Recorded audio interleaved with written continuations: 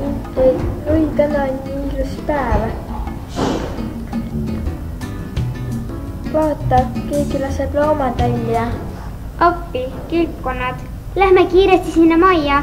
Inimesed, kujutad sa ette, ei saa jääda kauaks sügavasse vette. Inimesed nagu sa isegi ju tead, arenguga alles poole peal.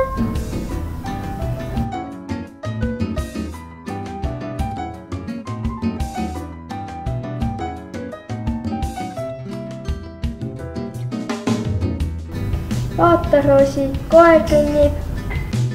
Vaata, lähme küsime selle koeralt. Me tulime inimestega sõpradeks saama.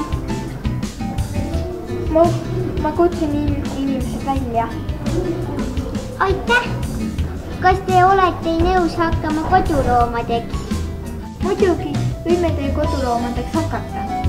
Kõik, kas me võime teie koduloomadeks hakata? Ja muidugi. Nii saigi kilpkonnad koduloomadeks.